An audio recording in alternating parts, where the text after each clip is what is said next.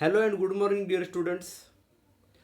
First of all, I heartily welcome to all of you to the video presentation of the PowerPoint which I have made for your class, that is class ninth. And today we are going to learn a beautiful poem, and the name of the poem is The Road Not Taken. It is written by Robert Frost. First of all, we will pay our attention towards some information about the poet. The name of the poet is Robert Lee Frost, and he was born on March 26th, 1874, at San Francisco in the state of California in the US, that is United States of America, and he died on January 29th, 1963, at the age of 88 at the uh, coastal city at Boston in the states of Massachusetts in the US itself. By occupation, he was a poet and a playwright, that is a dramatist, and the notable prizes he won include Pulitzer Prize for poetry for 4 times. And I would like to tell you here, my friends, that Robert Frost is the only poet so far to have bagged this renowned prize for poetry, that is Pulitzer Prize, for 4 times. Afterwards, he also got the Congressional Gold Medal for poetry. The key points which we are going to learn here in this poem are: the speaker goes to a forest. The speaker of this poem goes to a wood, small forest, and there he comes across an intersection of a road. So passing by, while walking on a road, he comes at the intersection where two roads are intersected, where two roads come together. Then he is confused as to which way he should go by. He is not able to understand which road he should take, which road he should go, which road he should choose. Finally, he decides to go by the one which is less traveled, and at the end, he decides that he should go by the road which is less traveled. After making the choice, he concludes that all difference has seen today is made by his choice only.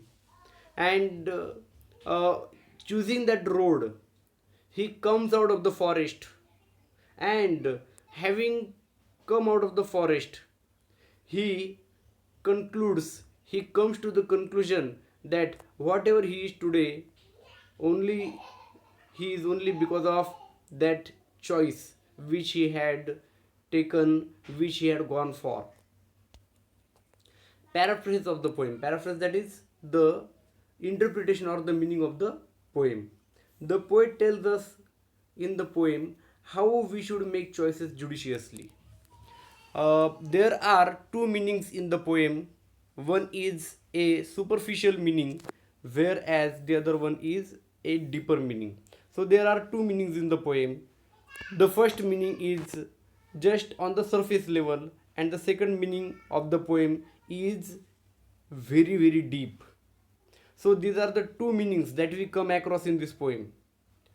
The poem opens with the problem of the speaker, that he comes at the intersection of a road which he was traveling by. So the speaker of this poem, who was walking through a forest, and while walking on a particular road, he comes at the intersection, he comes at the divergence where two roads meet. At the intersection, the speaker is not able to decide which road he should go by to continue his journey furthermore. So, at that point of time, at that point of place where two roads come together, he is not able to understand which road he should go by to come out of the forest safely and to reach his destination as well. He is not able to make the choice. He looks at the condition of both of the roads, and finally decides to go by the road which is less traveled by. So he peeps deep into both of the roads, and he thinks in his mind the road which is less traveled by, he should go by that road. So finally he decides to go by the road which according to him was less traveled. Finally, when he introspects, he comes to the conclusion that what he is today is only because of his choice, and that has made all the difference. So when he comes out of the forest, which by which road he chooses, then he introspects, then he thinks in his mind, and he comes to the conclusion that whatever he is today, he is that only because he had made his choice, and that choice had made all the difference. uh, my dear friends, this poem very nicely gives us the deep insight how to make choices. We will pay our attention towards that. But first of all, I will read out the poem for you. Listen to the poem carefully. Two roads diverged in a yellow wood, and sorry, I could not travel both and be one traveler.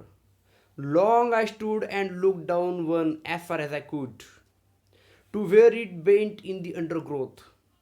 Then the other, as just as fair, and having perhaps the better claim, because it was grassy and wanted wear. Though as for that, the passing there had worn them really about the same. Here you can see the picture of the road not taken. Two roads have diverged in wood. Okay, see, then uh, the next stanzas are there. And both that morning equally lay in leaves, no step had trodden black. Oh, I kept the first for another day. Yet knowing how way leads on to way, I doubted if I should ever come back. I shall be telling this with a sigh. Somewhere ages and ages hence, two roads diverged in wood, and I took by the one less travelled by. And that has made all the difference by Robert Frost. Uh, Before going to see the poem, let's take some examples how to make choice. Dear friends, nowadays you are seeing the Mahabharat serial which is being telecast on TV, and one of the episodes of the Mahabharat is that of Yaksha's quiz. Yaksha, the demigod, who was trying to test the knowledge and wisdom of the eldest son of the Pandavas, that is Yudhishthir. At that time, when four brothers of Yudhishthir, that is Bhim, Arjun, Nakul, and Sahadev, these four brothers were lying either dead or unconscious at the uh, lake, at a lake. And Yaksha asked very difficult and uh, painstaking questions to Yudhishthir. Yudhishthir answered all these questions very satisfactorily, very correctly, and Yaksha was very much happy with the answers given by Yudhishthir. And at that point of time, Yaksha asks Yudhishthir that out of his four brothers, he would bring to life any one of the brothers. And here, at this point of time, Yudhishthir makes a wonderful choice. He chooses Nakul. And uh, Yaksh asks him, why Nakul?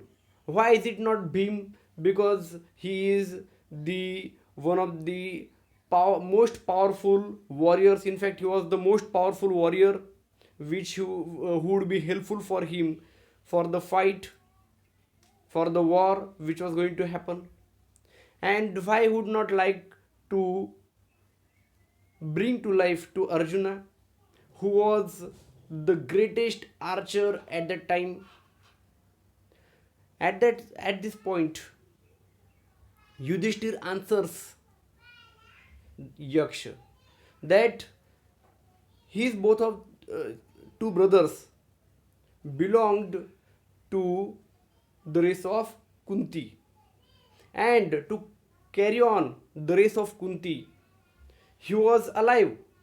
But if he did not bring to life any one of the brothers from Nakul or Sadev, then the family line of Madri would finish there itself. So he makes the choice to bring to life to Nakul. Here we learn how to make the choices judiciously. Now let's see the poem step by step, stanza by stanza. The road not taken. Two roads diverged in a yellow wood, and sorry, I could not travel both and be one traveler. Long I stood and looked down one as far as I could, to where it bent into the undergrowth. Two roads diverged that is separated. Two roads two roads were separated at the intersection in a yellow wood. And sorry, I could not travel both. So, the speaker, who was a traveler, was not able to travel both of the roads at the same time, because he was the only one traveler. So, can one traveler travel both of the roads at the same time? No, it's not possible. So, for the speaker also, it was not possible, and he was not able to decide which road he should go by. So, what he did? Long I stood and looked down one as far as I could. So, what he did? He stood far away at the face of the road, and he saw as deep as he was able to see, where it bent into the undergrowth. He saw condition of both of the roads, and he saw how the first road and the second road bent into the undergrowth, that is the thick shrubs and bushes. Here you can see in the picture, here there two roads are diverged in this yellow wood, and suppose the speaker is here at this point, and the speaker does not know which road he should go by. Then the speaker stood here and he peeped into this road as far as it was possible, as far as his eyes would go up to. Here also the same thing happened. Then the other, as just as fair and having perhaps the better claim, and the speaker thought the other one has probably the better claim, because it was grassy and wanted wear. And the speaker thought that that road was grassy, that road was full of grass. It means that road was not traveled by so many people. Very few people, according to him, had traveled by that road. Though as for that the passing there had warned them really about the same. But when the writer went by that road, at that time he found that almost it was equally the same which he goes by. It is the road which he goes by. And both that morning equally lay. In leaves no step had trodden black. Oh, I kept the first for another day, yet knowing how way leads on to way, I doubted if I should ever come back. And both that morning equally lay. So he was not able to decide exactly, because he thought that both of the roads were equal in choice. And when there are two choices and both of the choices are equal, we are not able to choose any one of the two options, any one of the two alternatives. In leaves no step had trodden black. So he came to know, he observed that uh, no people had walked upon on that particular road on that morning. So he thought, oh, I kept the first for another day. So he thought that the first road he should go by on any other occasion. He chose the second one, yet knowing how way leads on to way. And uh, you know, the roads which are diverged, the roads which are separated may mingle with each other or may have some other roads to be connected to. So he did not know that. Yet knowing how way leads on to way, one way leads to another way, and yet knowing how way leads on to way, I doubted if I should ever come back. So there was a doubt in his mind whether he would be able to come back at the same intersection or not. This doubt was there in the mind of the speaker. I shall be telling this with a sigh. Somewhere ages and ages hence, two roads diverged in wood, and I took by the one less travelled by, and that has made all the difference. Telling this with a sigh, it means telling about the choice making with regret, with some sadness. So the speaker says, I shall be telling this with a sigh. He would be telling this with some tinge of regret, some tinge of sadness, somewhere ages and ages hence. So he would be telling this for years and years to come, that two roads diverged in wood. So two roads had diverged in a yellow wood, in a forest, and he chose the one which was less traveled by, and he chose the road which was less traveled by the people, and that has made all the difference. It means whatever he is today, he is because he made that choice of road which he should go by. So a very beautiful poem written by Robert Frost. Here in this poem we learn how to make choices. Dear friends, when you finish your class 10th, after having finished your class 10th, you have the three faculties to come. Of course, you know they are science, humanities, and commerce. So, you know, if your destination is not clearer, then you may get confused as to which path, which faculty, which road you should go by. And when you make the choice, you should be judicious. It should not be the thing that some of your friends are going by that way, then you should go, you should choose that way. If your friend is going by this way, then you should go by that, by this way. No, it should not be the same, it should not be the case. So what your mind, what your intellect, what your abilities are telling you, what your insight is telling you, that road you should go by. So this poem is not the poem for just the prescription of the syllabus. I think this poem is a big lesson of life.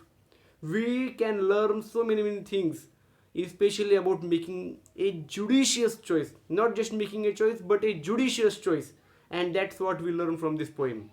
And this poem is of course written by one of the greatest American poets, that is Robert Frost. Now we come to the fag end of the PowerPoint presentation, that is recapitulation. Answer the following questions. What is the problem of the speaker? How does the speaker make his choice? Do you think the speaker make his choice judiciously? Do you think the speaker repent for his choice making? Why does the speaker say at the end, and that has made all the difference? So I think these questions have already been learned, these questions have already been discussed in the video itself, and I hope this video will help you a great deal. This video will also teach you how to make the choices judiciously by thinking thoroughly about the pros and cons, about the positives and negatives, about making a choice.